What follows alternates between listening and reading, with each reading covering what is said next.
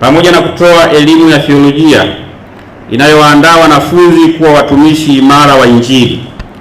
Chuo chetu cha Biblia Morogoro pia kimejikita katika kutoa mafunzo yanayolenga kupambana na umasikini na kuinua maisha ya jamii. Tunafanya hivyo tukiamini kwamba Injili haihusu tu mafundisho ya kiroho, bali pia ustawi wa maisha ya kila siku ya mwanadamu. Ndiyo maana katika chuo chetu tunafundisha masomo yafuatayo. Tunafundisha maendeleo ya jamii, tunafundisha somo linaloitwa CCMP, tunafundisha somo la theolojia ya kazi. Mafunzo haya yanawapatia wanafunzi maarifa ya kutambua fursa na rasilimali zilizopo katika mazingira yao na kuzitumia kuboresha maisha yao na ya jamii wanayoitumikia.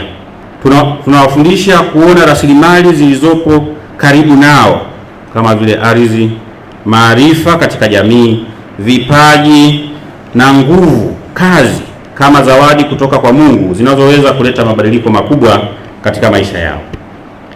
Kama mwandishi Vincent Donovan alivyoandika katika kitabu chake kinachoitwa Christianity Rediscovered, alisema maneno haya: ukileta Injili bila kuona mazingira ya watu, basi ujumbe huo unakuwa nusu tu.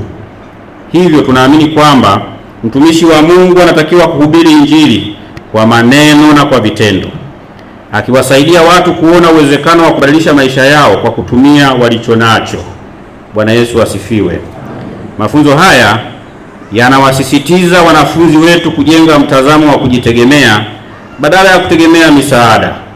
Tunawajengea uelewa kwamba Mungu amewapa watu rasilimali za kutosha. Wanaweza kupanga, kubuni na kuendeleza miradi yao. Kanisa linaweza kuwa kichocheo cha maendeleo endelevu.